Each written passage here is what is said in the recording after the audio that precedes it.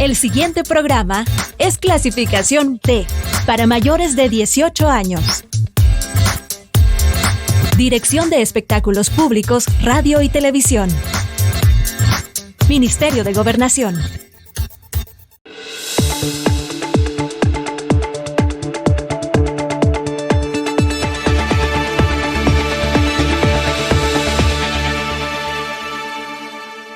Bienvenidas y bienvenidos a una edición más de Temas y Debates con Ricardo Sosa.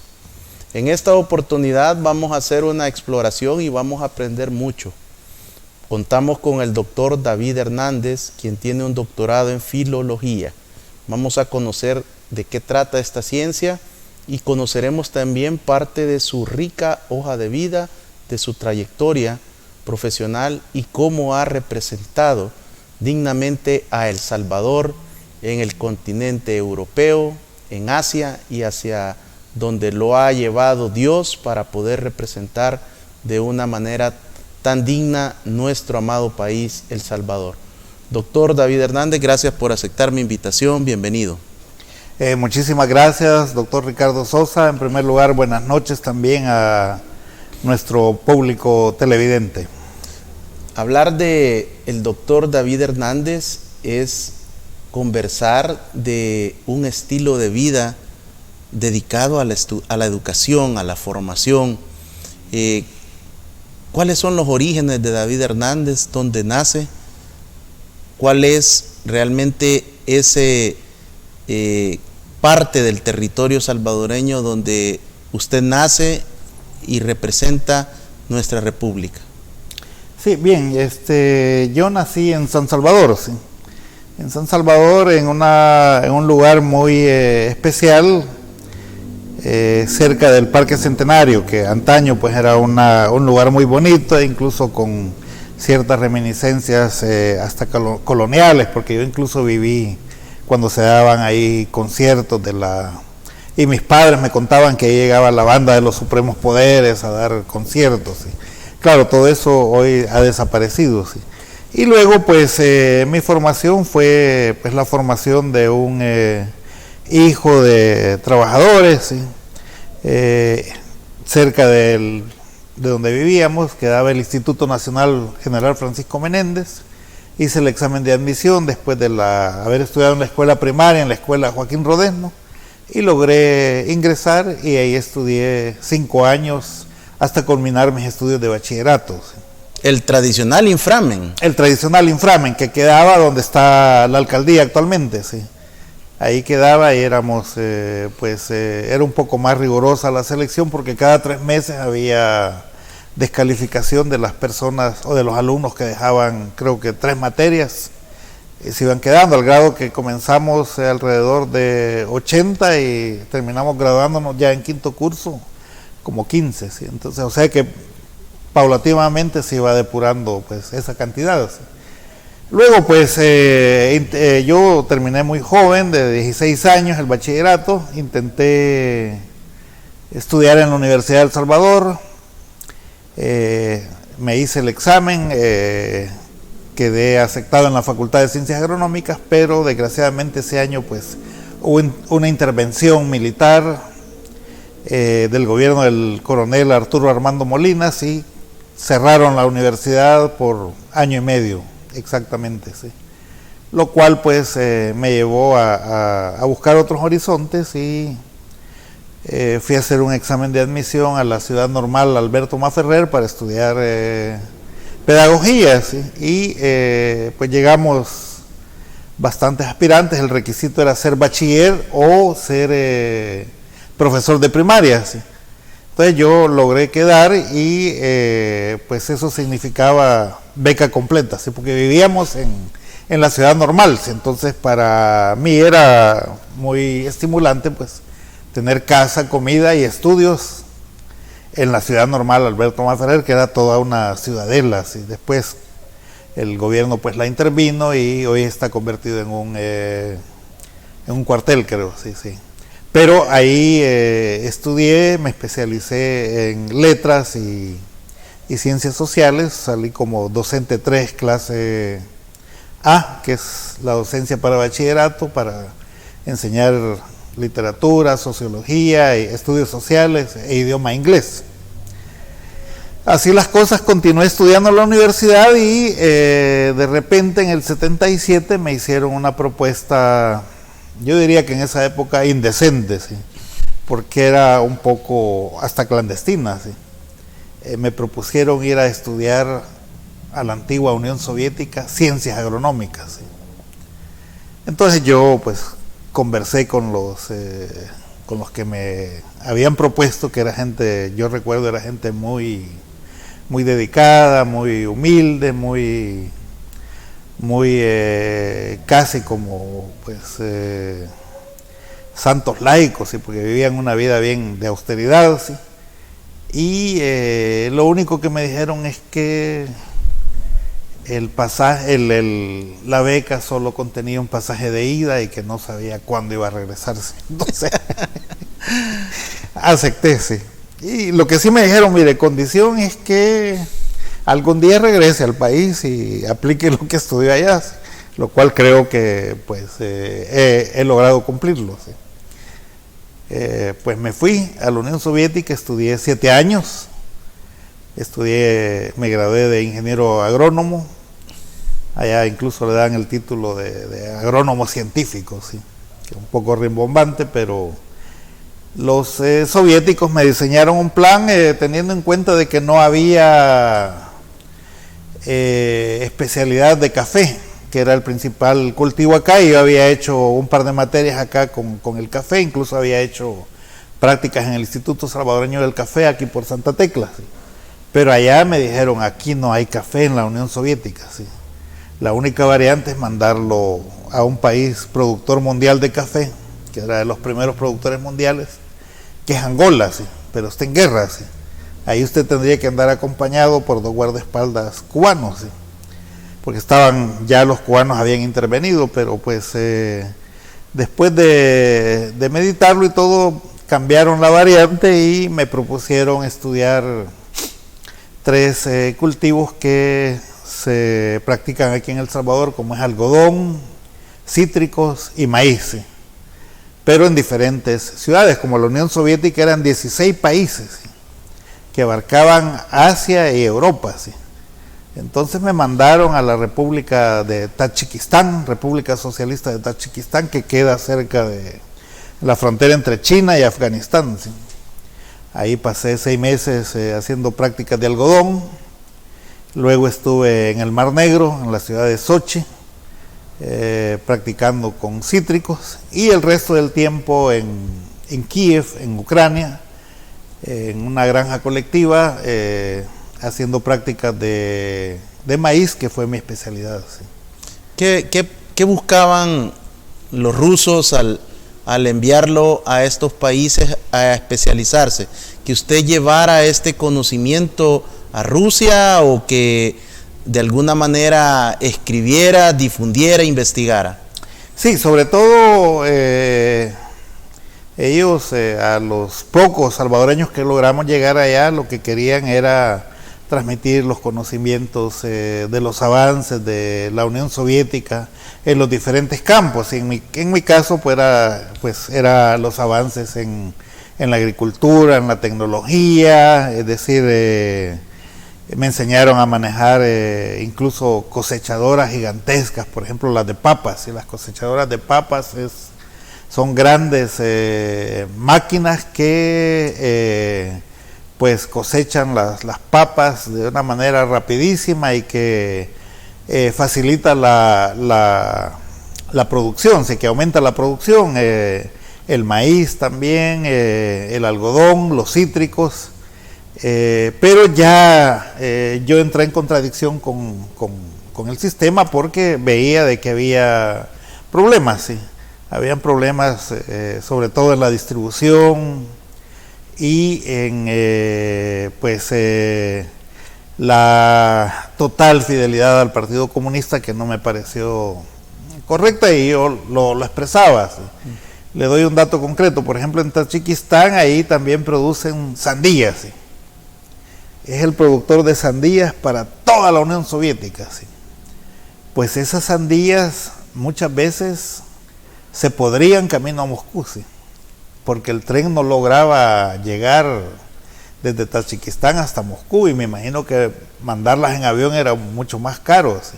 Entonces había ese tipo de desencuentros a nivel de producción que no concatenaba con el sistema pues socialista, ¿sí? Luego el principal señalamiento que les hice era que la propiedad colectiva de los medios de producción se dejaba poco espacio a la iniciativa privada, ¿sí? Y ahí entramos en choque, pues, pero claro, respetaron mis propuestas y todo, pero yo me fijaba que, por ejemplo, en la granja colectiva, que es una finca gigantesca, ¿sí? Yo en Kiev estuve trabajando en una granja colectiva casi del tamaño de todo Santa Tecla, ¿sí? Ahí se producía pues trigo, maíz, pero yo veía de que toda esa producción era una producción masiva, ¿sí? Y que sin embargo cada campesino tenía su casita, como una especie de colonato, ¿sí? Entonces, en su casita los campesinos producían también frutas, ¿sí? Hortalizas, y digamos los tomates, las papas que ellos producían, el queso, la leche, era de excelente calidad, ¿sí? Mejor que la que se producía a nivel colectivo, ¿sí? ¿Y eso por qué? Porque ellos la iban a vender al mercado del kolhoz, ¿sí? O sea que tenían ya derecho al dinero, ¿sí? Entonces eso era pues decían los soviéticos que eran pues resabios del capitalismo, y que por eso pues los campesinos eran una clase cuasi pequeña burguesa que tenía que existir, que dejar de existir, ¿sí? Ese tipo de contradicciones, ¿sí? ¿Qué se hablaba del café salvadoreño en aquel momento en la extinta Unión Soviética? Mire, era uno de los mejores cafés del mundo, sobre todo la variedad Pacas, que creo que se cultiva en Santana, ¿sí? Estaba catalogado, y los soviéticos estaban muy bien enterados de todo ello, ¿sí? Recuerdo que incluso pues ya estando en la Unión Soviética me di cuenta de que desde 1974 habían intercambios comerciales de café con El Salvador, ¿sí?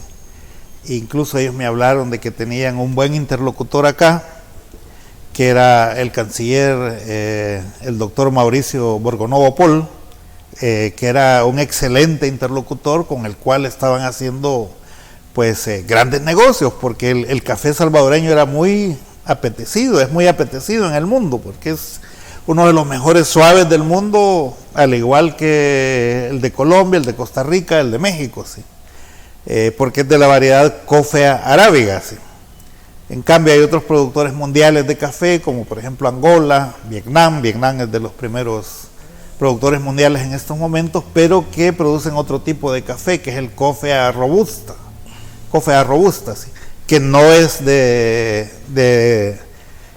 tan buena calidad como el café aromático con un sabor exquisito que produce el Coffea arábiga, y principalmente si es café de altura, que principalmente es el que se cultiva en los volcanes, tanto acá como en México, en Costa Rica, en Colombia. ¿Sí? Son tengo entendido, los 4 mejores cafés mundiales que se cotizan muy bien en la bolsa de Hamburgo, ¿sí? Los soviéticos estaban muy interesados, ¿sí?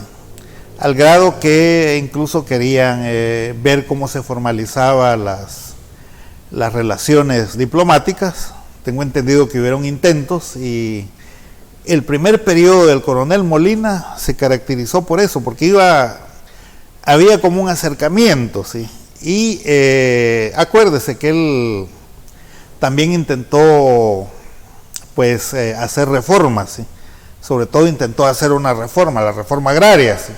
Creando el Instituto Salvadoreño de Transformación Agraria, ¿sí? Pero después vinieron los choques frontales con la alta y rancia oligarquía salvadoreña, y lo terminaron derrotando. Así es que todo eso ahí por el 76 se fue al traste, porque se logró imponer la oligarquía pues salvadoreña, y ya no se logró seguir adelante con estas reformas. Así que yo creo que hubiera sido un paso muy positivo y que hubiera evitado muchos de los problemas que después se vinieron, porque el problema de la tierra era fundamentalmente y ciertamente pues uno de los principales problemas de esa época, y creo que lo sigue siendo. Sí. Doctor, ¿cómo finaliza su etapa en la extinta Unión Soviética? Luego viaja a Alemania, pero ¿cómo cierra esa parte de su formación especializada?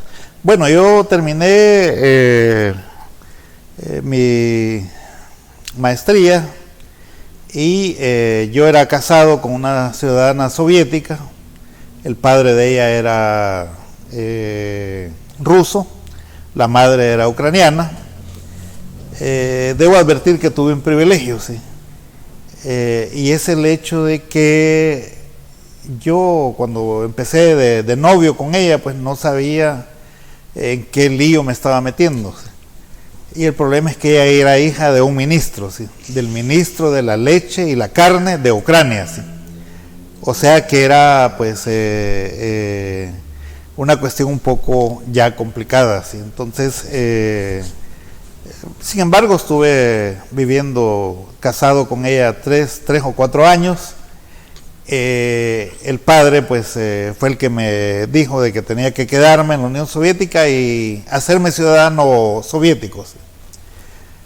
Pues por ello pues yo empecé a trabajé todo un año en una granja colectiva, pero en el transcurso de ese año descubrí de que, y los mismos soviéticos me dijeron de que si me hacía soviético, ya jamás iba a poder salir del país y ni mucho menos venir a El Salvador de visita. ¿Sí? Eso por un lado, y luego por otro lado yo empecé a tener divergencias con el sistema, por ejemplo, el culto a la personalidad, por ejemplo, el partido único, ¿sí? Que a mí me parecía excesivamente pues demagógico, ¿sí? Que solo existía un partido, el Partido Comunista de la Unión Soviética, al igual que en Cuba, ¿sí? Y este partido obtenía en las votaciones el 99.99% de votos a favor, ¿sí? Entonces yo eso siempre lo puse en duda, porque el ser humano es variable y no puede ser, ¿sí? Entonces estas desavenencias pues me llevaron a la conclusión de que rechazase pues volverme ciudadano soviético y que buscase nuevos horizontes en Occidente, concretamente en el occidente de Europa.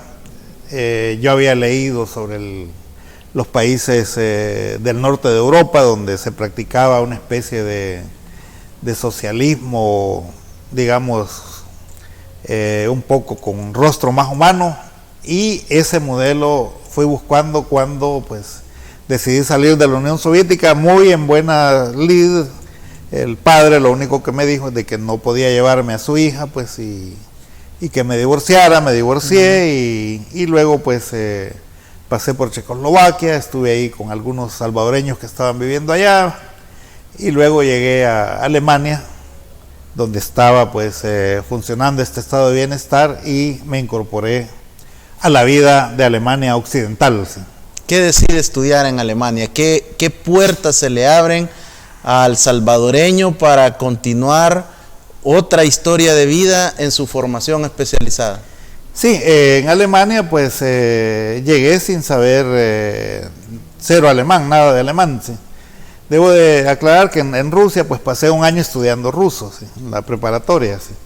Y en Alemania pues yo hice una solicitud y fui admitido por una fundación que era de tendencia socialdemócrata, del Partido Socialdemócrata Alemán, se llamaba Otto Benecke Stiftung. ¿Sí? Ellos me aceptaron y me dieron una beca de un año para estudiar idioma alemán en el Goethe-Institut, así que estudié perfectamente el alemán, pero la promesa era que tenía que estudiar un doctorado en ciencias agronómicas. ¿Sí?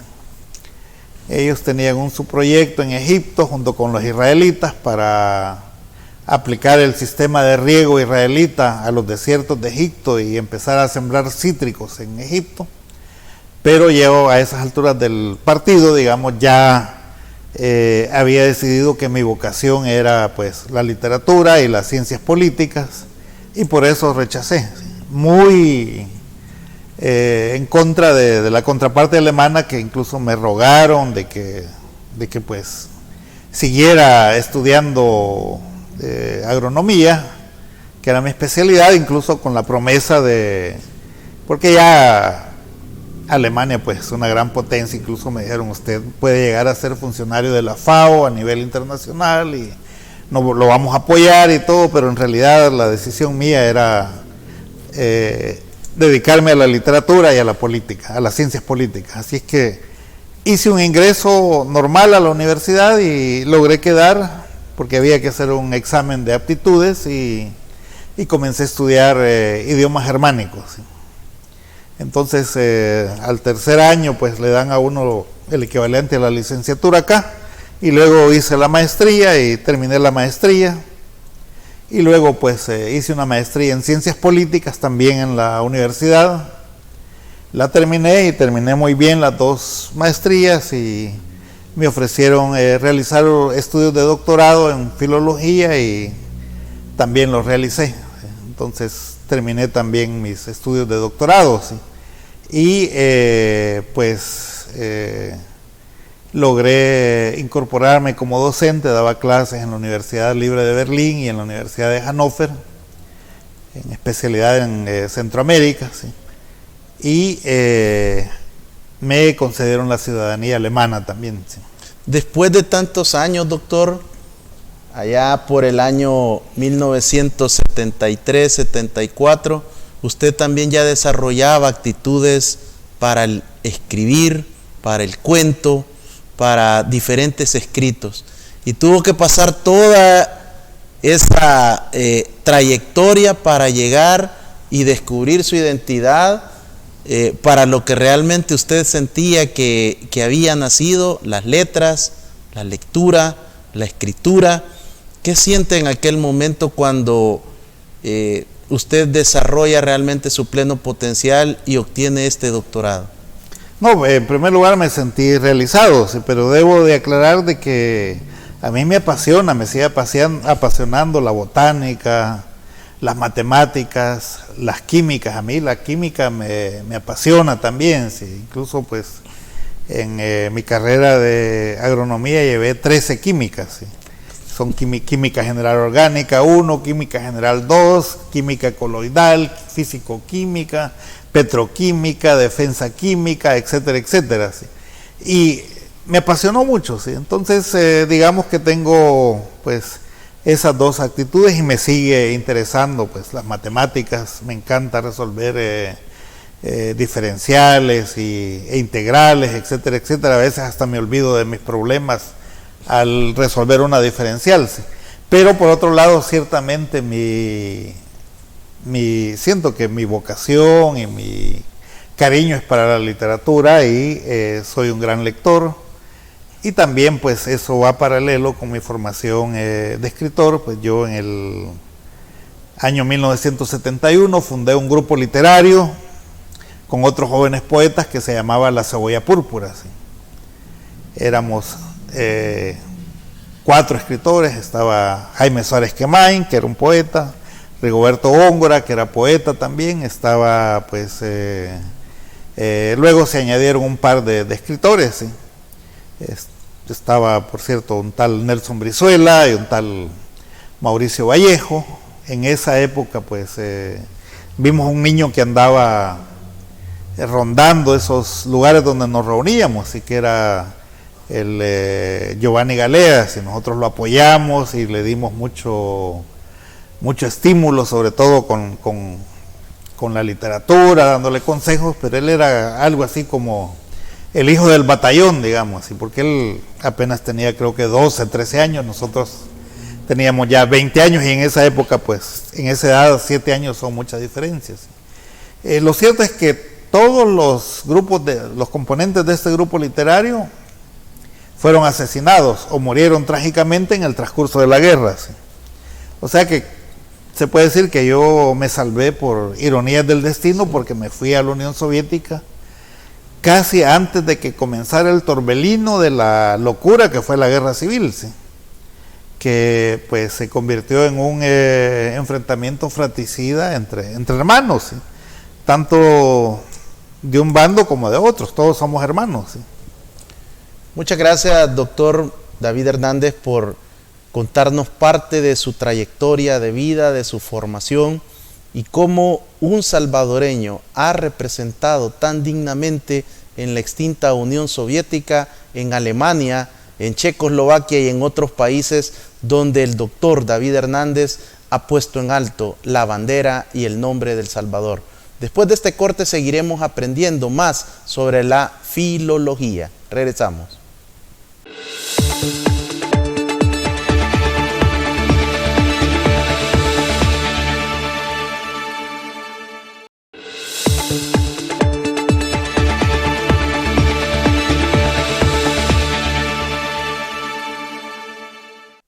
Muchas gracias por continuar en nuestra sintonía. En esta oportunidad estamos conociendo la vida, la trayectoria profesional del doctor David Hernández, quien tiene un doctorado en filología, 2 maestrías, 2 carreras o 3 carreras universitarias en El Salvador, en la extinta Unión Soviética, en Alemania y otro tipo de formación especializada. Doctor, llegamos al momento en el cual usted obtiene el doctorado en filología. ¿A qué se dedica la filología? ¿Cuál es su campo de acción, su campo de estudio, de investigación? Bueno, en primer lugar es el estudio pues, de las letras y de la lingüística, de la gramática. Y en el caso mío, pues me especialicé tanto en filología germánica, es decir, en los escritores de habla alemana, como en Latinoamérica, ¿sí? Es decir, en todos los escritores de lengua española aquí en América Latina y un poco también, aunque no me parecen tan interesantes, los españoles de la península ibérica, ¿sí? Pero el grueso de atención mía se centró en los escritores latinoamericanos. Claro, yo también pues tengo una maestría en ciencias políticas y la literatura también tiene un contexto sociopolítico, ¿sí? Entonces eso era pues lo que volvía un poco más interesante todo el análisis de la literatura latinoamericana, tan rica y tan novedosa en su expresión, sí, que prácticamente revolucionó la lengua española, ¿sí? Porque, por ejemplo, leer El señor presidente de Miguel Ángel Asturias significa también analizar el contexto en el cual se desarrolla esta novela, que es la tiranía de Estrada, ¿sí? Y de Jorge Ubico en Guatemala, ¿sí? Que pues eran dictaduras pues muy sui generis, ¿sí? Y que se desarrollaron en toda América Latina. Por ejemplo, ahí nace la figura, digamos, del dictador o del patriarca, ¿sí? Con representantes en toda América Latina, pues en México, Porfirio Díaz, en Guatemala, Ubico, en El Salvador también tenemos un representante, el general Maximiliano Hernández Martínez, en Honduras, Carías Andino, en Nicaragua, Somoza, en Uruguay, Stroessner, etcétera, etcétera. Todo eso los escritores de alguna u otra forma lo reflejan en sus novelas, ¿sí? El caso más modélico es el del colombiano Gabriel García Márquez, que escribe toda una saga de una historia paralela a nivel literario y de imaginación de América Latina con su obra 100 años de soledad, ¿sí? Pues este era, digamos, mi campo de acción, mi especialidad, y era pues también mi campo de trabajo en la Universidad de Berlín y en la Universidad de Hannover, donde daba estas pues clases a los estudiantes que se especializaban en la Universidad Libre de Berlín. Hay un instituto Latinoamérica, que es el Instituto Latinoamérica, que se especializa solo en formar cuadros que vienen para América Latina, cuadros alemanes, ¿sí? Entonces yo ahí estuve pues dando este tipo de clases, fungí como docente y pues ahí llegaban a estudiar los futuros cuadros, digamos, de las transnacionales como la Siemens, la Bayern, Volkswagen, toda esta serie de transnacionales que luego vienen acá a América Latina y que por supuesto necesitan saber y estudiar el terreno a través de diferentes aristas, ¿sí?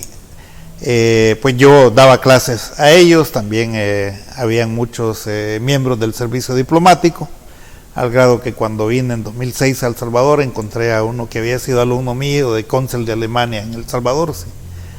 Y me imagino también, eso lo supe hasta después, y que incluso pues con ese afán de informarse de América Latina y específicamente de cada región, ¿sí?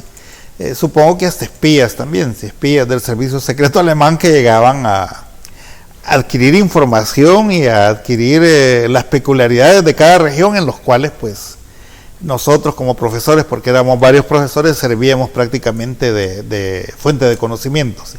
Pero eso hasta después me di cuenta, cuando realmente sufrí un poco de desencanto, pues al ver pues que estaba prácticamente enseñándole a todo lo de Latinoamérica a unos especialistas que venían muchas veces pues a explotarnos, y como es el caso de las transnacionales. Esa contradicción después se da conmigo y fue una de las causas por las cuales decidí abandonar Alemania y venirme a El Salvador, ¿sí?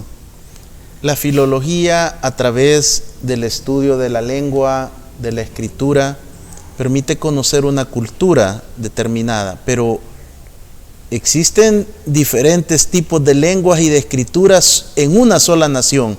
¿Cómo hace esta estructura de investigación la filología? Bueno, es que hay, digamos que hay modelos básicos, o hay modelos que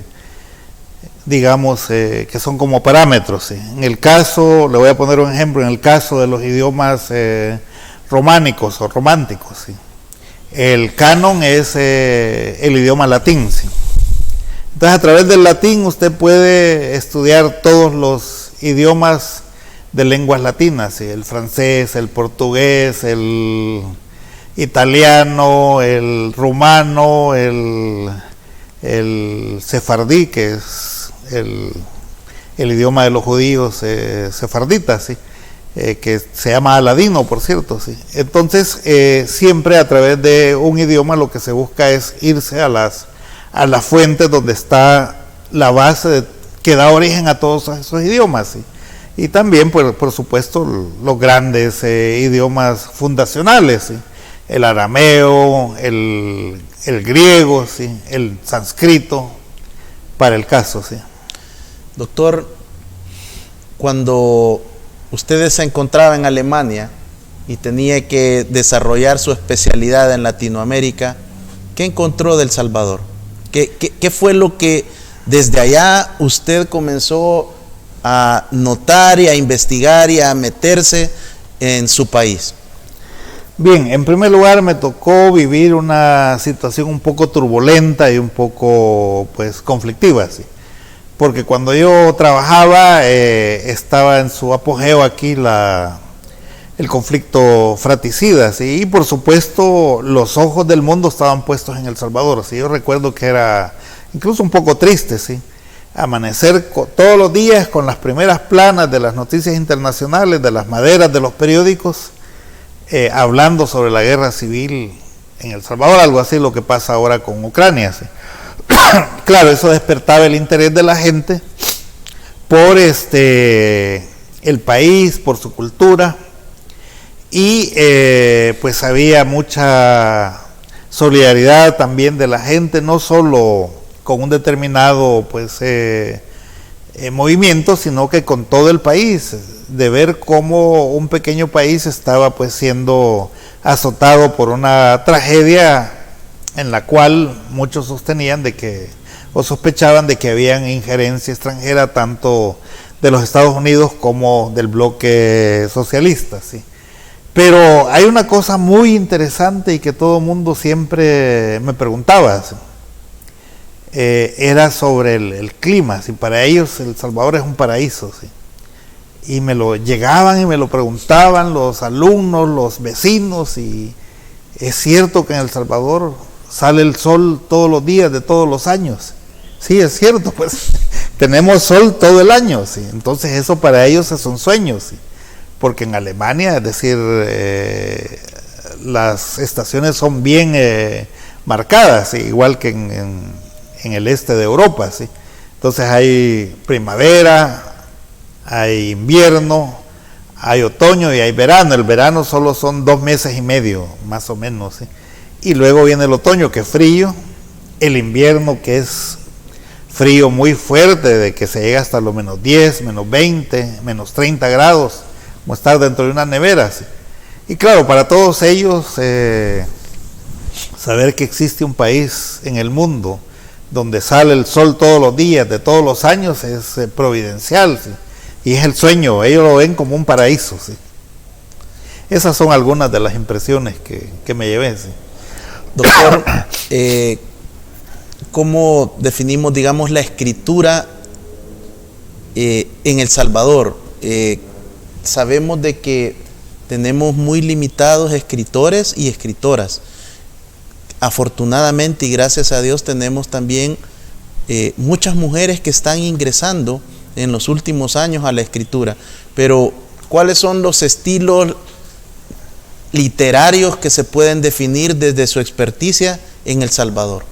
Bien, yo creo de que en El Salvador, mal que bien, hay una tradición, ¿sí? Hay una tradición literaria, y eso ayuda a las nuevas generaciones, ¿sí? Como usted dice, hay el despertar de las mujeres escritoras en el país. Yo creo que eso es muy novedoso y es muy fundamental, ¿sí? Pero sobre todo, pues hay una tradición que en el caso salvadoreño, pues uno de sus padres fundadores es don Francisco Gavidia, ¿sí? Que escribió obras monumentales, ¿sí? Y que luego pues se va retroalimentando con grandes escritores de la talla de Salarrué, de Arturo Ambrogi, ¿sí? De Alberto Maferrer, y de mujeres como Claudia Lars, que es una de las grandes poetisas de América Latina, a la par de Gabriela Mistral, de Alfonsina Storni. Y luego pues en los años 50 ya se ve un renacer de la literatura con la creación del Círculo Cultural Universitario, donde surgen escritores de la talla de Roque Dalton García, para mí el poeta, el mejor poeta que ha dado El Salvador, el novelista Manlio Argueta, ¿sí? Y otros escritores un poco anteriores a ellos, como Baldo Chávez Velasco en el teatro y Álvaro Menéndez Leal en el teatro y en el cuento, ¿sí?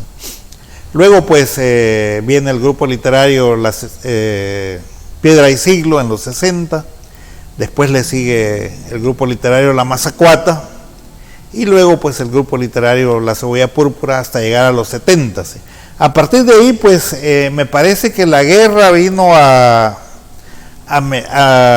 mermar un poco la producción, porque lógicamente habían otras urgencias, ¿sí? Pero sí hay una serie de grandes escritores en estos momentos. Entre ellos pues hay un novelista muy bueno que es Jorge Galán, hay escritoras también de gran calibre, pues que están dando muchos aportes y que están poniendo en alto el nombre de El Salvador a nivel internacional, produciendo una literatura de gran calidad que tiene como trasfondo pues el contexto sociopolítico del Salvador, ¿sí? ¿Cuál es la diferencia en cuanto al trato, digamos, un escritor o una escritora en Alemania, cómo desarrolla su carrera, puede vivir o vive de la literatura a diferencia de nuestras latitudes en América Latina? Sí, mire, yo pues viví en Alemania, incluso publiqué varios libros, y hay una feria mundial del libro en Frankfurt, ¿sí? En Frankfurt del Meno. Yo tenía un stand ahí donde estaba literatura latinoamericana y salvadoreña, y en una de esas yo fui a preguntar a los alemanes, que lo saben todos, ¿sí?, cuántos escritores vivían de la literatura en Alemania, ¿sí? Y me dijeron que como 5, ¿sí? Entre ellos 2 premios Nobel, estaba Günter Grass en esos momentos, ¿sí? Entonces lo que sí me dijeron es que en Alemania hay más facilidad para el escritor, ¿sí? porque puede trabajar en actividades conexas, ¿sí?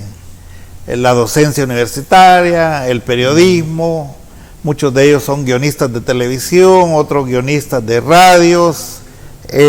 Hay un campo de acción bastante amplio que le permite al escritor desarrollarse, las agencias de publicidad también, ¿sí?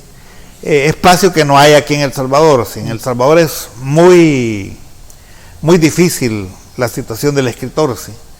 Como dice, o como escribió Roque Dalton, ¿sí? En El Salvador, antes de filosofar, hay que conseguirse la cena, dice, ¿sí? Primero hay que ver la subsistencia diaria para después empezar a crearse.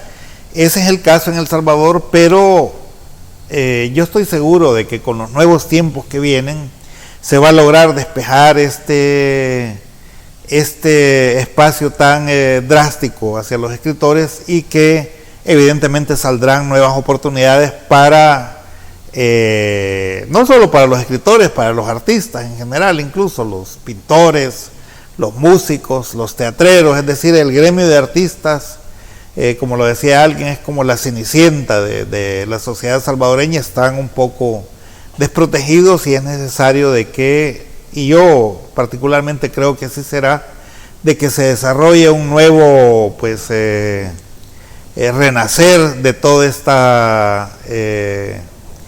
este ambiente artístico cultural en el país, no solo de los escritores, ¿sí? ¿Cuánto cuesta un libro en promedio escrito por un alemán o una alemana vendido allá? Bueno, allá, digamos, yo podría poner el caso concreto mío. Mis novelas que han sido traducidas valen alrededor de 20 euros, y son casi $20, depende de la fluctuación, de $25. Acá en El Salvador, un libro que valga $25 es un lujo, ¿sí? Nadie casi se va a permitir comprar un libro de $25 acá, ¿sí? Entonces esa ya es una gran diferencia, porque con $25 puede comprar, creo que casi 10 libras de frijoles, y que le dura para todo el mes, ¿sí? Es decir, es siempre esa relación que hay, y que pues desfavorece al escritor. Incluso los editores acá, los editores viven a salto de mata, ¿sí? No son tan fructíferos, no hay una industria, ¿sí? Yo conozco el caso, por ejemplo, de Índole Editores, ¿sí? Que dirige Carlos Clará, ¿sí? Él hace grandes sacrificios. Por cierto, acaba de sacar un libro de Orlando de Sola, creo que se llama Demarquía, ¿sí? La presentó hace pocos días, y me pareció una propuesta muy excelente este tema de la demarquía, porque es prácticamente la democracia por sorteo, que él llama, ¿sí? Índole Editor hizo esta propuesta. Creo que el libro ya está a la venta, pero son casi esfuerzos heroicos de los editores, ¿sí? Y luego, por otro lado, están las transnacionales que bien harían en promover a los escritores salvadoreños, pero que no lo hacen, ¿sí? Yo tuve el honor de que publicaran una novela mía, la editorial Alfaguara, que ganó el Premio Nacional de Novela, creo que en el 2005, y me dieron algunos honorarios que más o menos compensaron, ¿sí? Pero no es el caso de tanto escritor bueno que hay acá y que no es estimulado por estas grandes editoriales, ¿sí? ¿Cómo ve usted los temas de las bibliotecas? ¿Cómo están en Europa? ¿Se mantienen? ¿Están desapareciendo? ¿Cómo va la competencia con los libros en PDF, virtuales? En nuestra región, específicamente en Centroamérica, ¿cómo está ese balance del uso de las bibliotecas? Bueno, evidentemente que la tecnología va prácticamente arrinconando al libro impreso, ¿sí? Sin embargo, pues en Europa las grandes bibliotecas tienen toda esa colección de libros impresos presentes, ¿sí? A pesar de que están digitalizados y todo, ¿sí? Pero que son como un monumento histórico. Por ejemplo, En Alemania tiene la Biblia traducida por Martín Lutero, la primera Biblia, así que eso es una maravilla ver el libro original que tradujo Martín Lutero. En España Don Quijote, etcétera, etcétera. ¿Sí? Sin embargo, pues es de ser notar de que toda la bibliografía que usted pueda consultar o que podía consultar antes ya está digitalizada. ¿Sí? Le voy a poner un ejemplo. Yo en los años 90, cuando estaba escribiendo mi tesis doctoral, tuve que consultar el diario oficial de El Salvador. ¿Sí? Y creo que ya por esa época, porque los alemanes tienen, como son tan precisos, ¿sí? Tienen desde el primer diario oficial, creo que es de 1856, ¿sí? Hasta el último, ¿sí? Toda la colección de diarios oficiales. ¿Sí?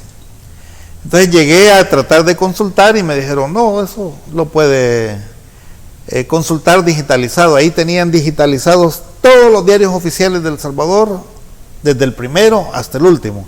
Creo que ni siquiera aquí existen, ¿sí? Eso le da una idea del grado de avance a nivel tecnológico que estas bibliotecas tienen, ¿sí? En el caso de El Salvador, pues yo no dudo de que vamos a dar un salto cualitativo, sobre todo pues con la inauguración, cuando se inaugure la nueva Biblioteca Nacional, que ha sido pues un donativo, entiendo yo, del gobierno de la República Popular China, y que necesita incluso crecer en cuanto a dar a conocer los grandes escritores nacionales, en primer lugar, centroamericanos, latinoamericanos. Sí. Yo hablaba la vez pasada con Giovanni y con otras personas, y ellos me decían, el gran regalo para una biblioteca de este calibre sería, por ejemplo, sacar en edición de lujo los 100 mejores libros de la literatura salvadoreña, ¿sí? Con ediciones de lujo, ¿sí? Y entregárselos al director o al presidente de la República el día que se inaugure. ¿Sí? Incluso creo que ya habían entablado conversaciones, creo que con el Banco Atlántida y otros financistas, para sacar ediciones de lujo que vayan o que estén a la altura de la gran modernización que representa esta biblioteca, porque yo estaba dándome cuenta de que incluso hasta un heliopuerto va a tener en la azotea, o sea que es una cosa maravillosa de primer mundo prácticamente. ¿Sí? Y se ha conocido que va a estar abierto 24 horas. Sí. Se puede imaginar, sí, esa es una cuestión, la riqueza de poder llegar ahí, disfrutar de toda esa iluminación de una biblioteca de primer mundo. Hablando de obra literaria, este día 20 de diciembre del 2022, ¿cuál es el palmarés del doctor David Hernández en cuanto a su producción literaria? Bien, últimamente pues he estado tratando de terminar un par de novelas que hice, ¿sí? Entre otras he terminado una novela que es prácticamente un sumum de la historia del Salvador, pero a nivel ficcional, y le he puesto un nombre muy emblemático, ¿sí? Un nombre muy emblemático porque parto de una teoría de un formalista ruso, de un crítico de arte ruso, que ve la novela como la expresión de un carnaval, ¿sí? Que es la literatura carnavalesca, ¿sí? Entonces mi novela le he puesto La Tiendona, ¿sí? En referencia al mercado ese donde se desarrolla toda la vida pues económica a nivel de verduras, de frutas del Salvador. Y es que siempre el mercado, la plaza, es el lugar anarquista por excelencia, ¿sí? Y ahí eso le da a usted margen para poder criticar a determinados personajes, poder criticar lo que quiera, incluso hasta poder insultar, etcétera, etcétera, con la total libertad que permite pues el carnaval de la plaza, el carnaval del mercado. Esa es la técnica, que por supuesto no es nuevo, ya lo realizó magistralmente Rabelais en un libro muy exquisito que se llama Gargantúa y Pentaurel, ¿sí? Que es prácticamente el desarrollo de la novela en la plaza, ¿sí? que es el lugar anarquista por excelencia, o ¿cómo se llama? También en el cine hay muchos ejemplos muy pues ilustrativos al respecto, ¿sí? Eso por un lado, sí. ¿Para cuándo estará la tiendona ya a la venta? Espero de que ya para febrero ya estemos, pues, y luego pues hay un amigo, un mecenas que me ha prometido pues publicar todas mis novelas. Estamos buscando un editor, son en realidad pocas, son como 4 o 5 novelas, ¿sí? Y las vamos a tratar de editar para que tenga mayor difusión aquí en el país. Sobre todo pues hay una que se llama Salvamuerte, la segunda se llama Puto León, hay otra que se llama Berlín Año Guanacos y otra que se llama Roquiana, ¿sí? Y luego a ella se sumaría pues está la tiendona, ¿sí? ¿Cuentos? Cuentos, en realidad no he escrito muchos. Hace algunos años escribí para un periódico digital una serie de 77 cuentos, ¿sí? Con temática árabe, eran cuentos cortos, ¿sí? Se llamaba Los Cuentos del Jardín de Alá. Entonces todos los personajes son árabes y tratan mucho sobre la religión y sobre la filosofía de ver el mundo desde el punto de vista de los árabes, del Corán, etcétera, etcétera. Eso, digamos, allá por los años 90, 2000, y que me gustaría también volver a reeditarlos, ¿sí? Aquellos cuentos de entre 1970 y 74 los conserva, están en un lugar especial de su casa. Sí, también están publicados, ¿sí? Saqué un librito antes de irme que llevaba una parte dedicada solo al cuento, eran como 10 cuentos, y la otra parte dedicada a poesía, ¿sí? Se llamaba En la prehistoria de aquella declaración de amor, ¿sí?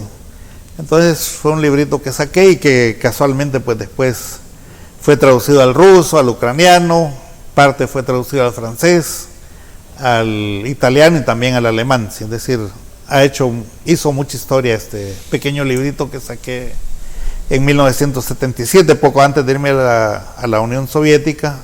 Aquí en San Salvador lo editó una editorial con un nombre muy, muy simpático, se llamaba Editorial Taller de los Vagos, ¿sí? Es la que sacó este libro, ¿sí? Doctor David Hernández, quiero agradecerle por haber aceptado mi invitación, por venir a conversar, a compartir parte de su extensa y rica hoja de vida. Gracias por representar tan dignamente el nombre de nuestro país a través de diferentes décadas en diferentes continentes y países en los cuales usted ha podido representar y elevar el nombre de nuestra amada República. Sí, muchas gracias a usted. Para mí es un verdadero placer estar con usted acá, dirigiéndome a nuestros televidentes, a quienes con motivo de estas fiestas navideñas pues enviamos un cordial y muy sincero pues deseo de felices fiestas dicembrinas. Seguiremos requiriendo de su presencia en este foro para continuar ilustrándonos, educándonos, formándonos en todos estos temas que usted domina, y por supuesto que vamos a requerir también de sus opiniones por su experiencia también en el área política estratégica. Amigos televidentes y cibernautas, llegamos al final de este programa con un gran mensaje. Usted que nos puede observar a través de las multiplataformas de redes sociales, que está fuera del país, continúe este esfuerzo de posicionar el nombre de nuestra República en alto. Gracias por todo su esfuerzo, por su sacrificio, por representar dignamente nuestro país. Y a usted, joven, señorita, caballero, mujer que nos observa en esta oportunidad, continuemos impulsando y posicionando a nuestro amado país. Y recuerde que la muerte más prevenible de todas es el suicidio. Hasta la próxima, abrace la vida.